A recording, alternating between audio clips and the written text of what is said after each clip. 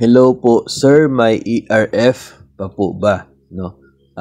Wala na po, no? Hindi na po existing ito pong ERF as a mode of reclassification, no? Sa paglabas po ng bagong issuances ng DepEd tungkol po doon sa atin pong mga qualifications for teachers, no, ay hindi na rin po applicable ito pong ERF bilang basis ng promotion. Maliban siguro kung yung inyo pong ERF application ay na-approve na up to the DBM, no?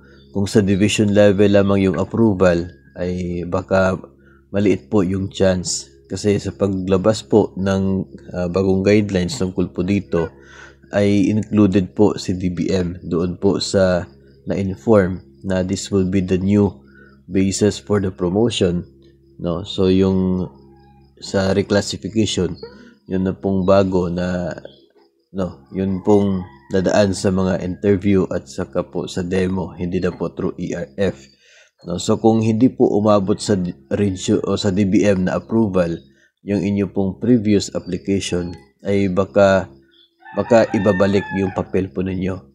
Sa amin, based po sa information ay ibabalik, no, yung mga ERF papers dahil hindi na po tatanggap si DBM at si region ng mga ERF na paraan ng promotion dahil po dito nga sa bago ngayon na dadaan na sa demo at saka po sa interview.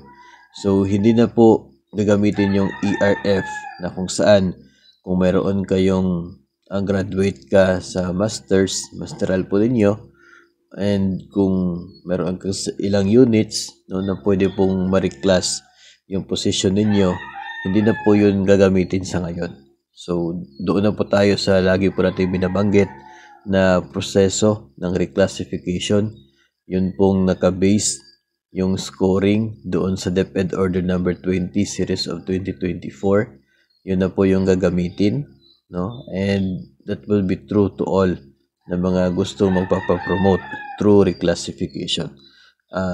Maganda po doon dahil talaga pong nakabase doon sa personal na kakayahan ng isa pong applicant, no? At masusukat sa pamamagitan ng kanya pong classroom demonstration, sa pag-defend ng mga nakapaloob sa kanya pong mga annotations, portfolio annotations, ganun.